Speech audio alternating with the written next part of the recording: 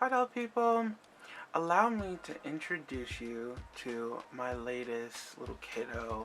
Actually, I'm not sure how to pronounce this doll's name, just because that's the doll's name. It's just Mzzm. So yeah, that's the doll's name. It's just Mzzm. I'm not sure how to pronounce that. I want to just say Mz. That's not even correct, but that's kind of what I want to call them.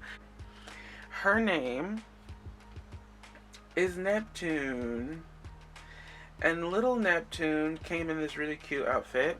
She's got the prettiest, most softest, silkiest blue hair, and she was named by my husband.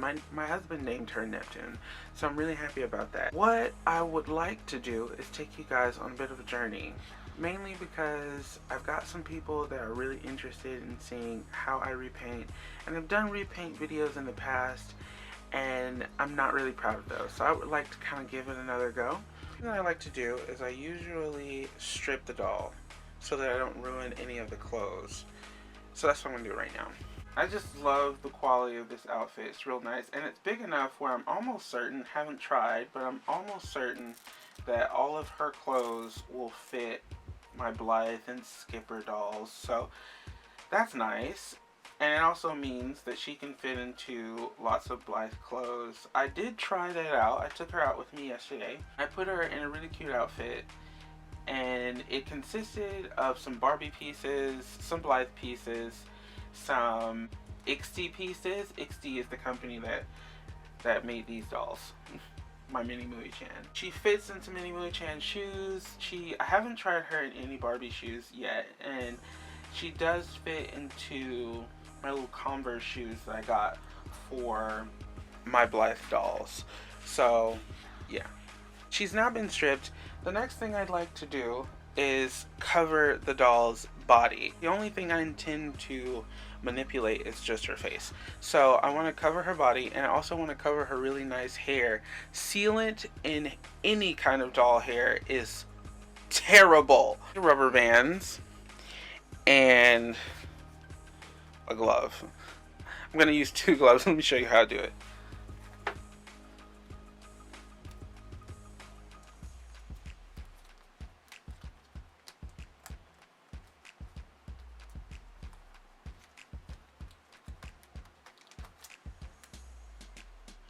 So this technique works really well with almost any doll except Barbie, because Barbie is a bit long and she doesn't fit into the glove.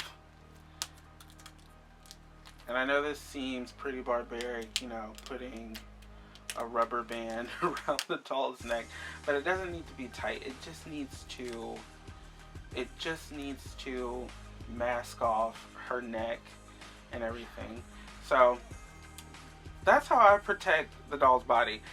And from here, she's ready to be painted. Her head's a bit on the larger side, so dolls that tend to have larger heads, you won't have to really secure the glove down. This is just my method, masking off the body and any other area I don't want to get any sealant on. Artists use different ways in masking off for dolls. Some people would just take the head off the body and cover just the hair and work that way. I'm choosing to do it this way because I don't really want to manipulate this doll too much, because I really don't want her joints or neck articulation to become weak. So yeah, erase, I think, everything from her face except the innermost parts of her mouth, because I think I'm just going to enhance the inside of her mouth while repainting everything else. I use 100% acetone and a shit ton of Q-tips.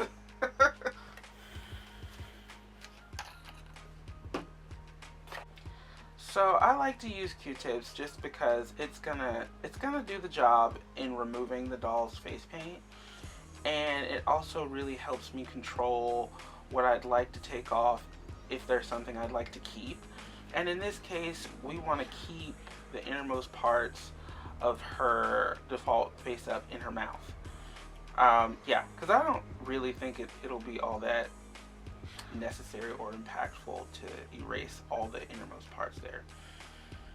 So I'm using Q-tips. I use an array of different materials to do this. I've used paper towel in the past. Like if it's a doll you don't really care about and you just want to erase the face as fast as possible, you don't care how. Paper towel, an old washcloth. I've used an old sock that I lost a pair to. So like, it really doesn't matter what material you use. The only thing that's really crucial in removing the doll's face paint is just making sure you use 100% acetone. If it's a regular vinyl doll, like this doll is PVC. If it's any kind of plastic like that, you're not going to ruin it. Okay, so I want to take a moment and show you guys the chaos that is my art supplies. Here we have all of my paints. Not very many. Some I actually need to refill. Paints. I have mask over here, some eyelashes, sandpaper, tape. Back here is just a hodgepodge of mess. It's refillable paints, different sealants, more eyelashes, sponges, more sandpaper. It's a mess. Showing you guys my little miniature drawers that are normally up here. I keep my I like to keep everything organized as much as possible. It helps me work. My Q-tips, I love my Q-tips. They work just as, like, they're the best. They work just as well as paintbrushes sometimes. So my Q-tips, some paintbrushes, and some toothpicks and stuff. Over here we have all of, like, my entire collection of watercolor pencils. I've been collecting watercolor pencils for a minute, so I'm actually not sure of all the brands that are in there. I use different brands. I'm not brand exclusive in any way, shape, or form. If the product works, I use it. Over here, same thing with my pastels. I have stacks of different, it's just stacks of different pastels. I have lots of pastel chalks, mainly because some pastel chalks work better on different plastics than that of resin. And it depends on the doll, and it depends on the pigment of the pastel sometimes. I have high quality pastels that I've paid $6 per chalk for, and I also have some basic Artist Loft stuff from Michaels. It really does just depend on what you want to do, what doll you're painting, and the kind of plastic it is. And then this is the 100% acetone that I was telling you guys about. I like to, this is from the dollar store, as a matter of fact. I got this from Dollar Tree, and I usually go to the Dollar Tree and stock up. I will go and buy 20 bottles of this at once. I hate running out of it, because usually when I run out, I want to paint something. So, yeah. Okay, so she's all prepped for painting. So what I've done so far off camera, just before I showed you guys my art supplies, is I added some tape here, and I added tape to secure everything down so I'm not fumbly during this video. You see what I do for you guys? I've also given her a good spray with Mr. Super Clear. Okay, so what I like to do to start out is I like to go in with a few pencils and kind of give myself an outline to work with. I don't do this often, but I know that I like to do it with these dolls because, again, I don't really want to handle them a whole lot. I just want everything to be nice and clean and pretty, because that's what this market demands. It really does. So, yeah. I'm probably not going to talk a whole lot. I usually listen to music while I paint, so you guys will listen to music too.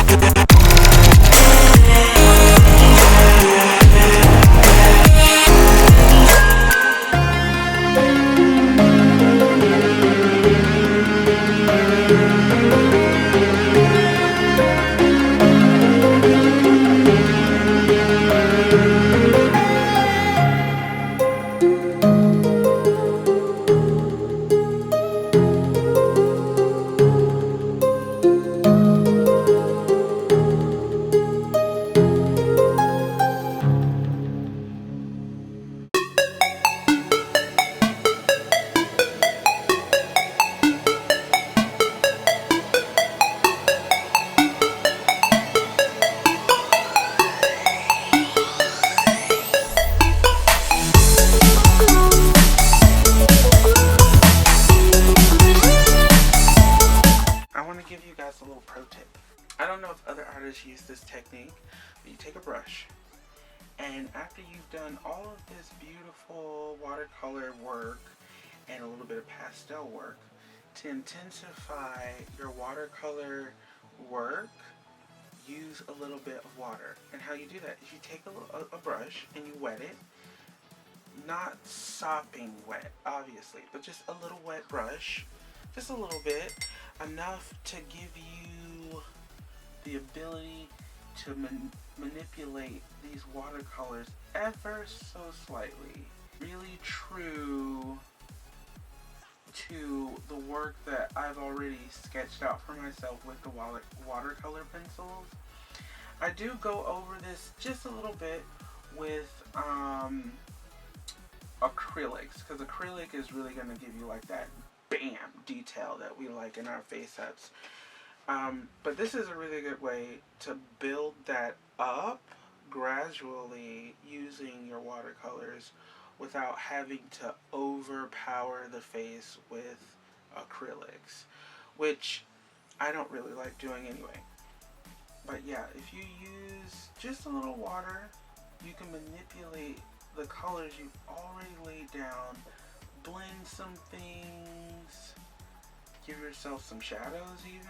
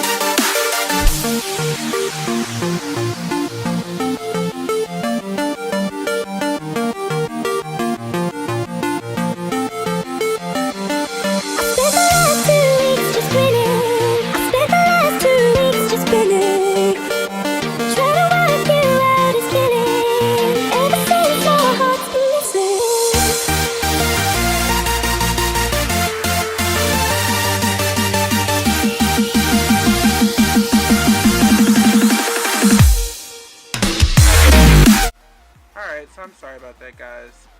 My big camera, the one that I'm using right now,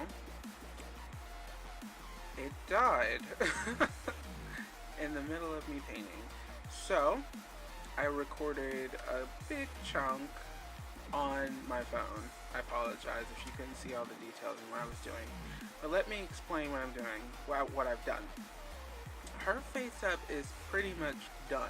I've worked heavily with pastels and then I enhanced with acrylics, which is why she's so bright.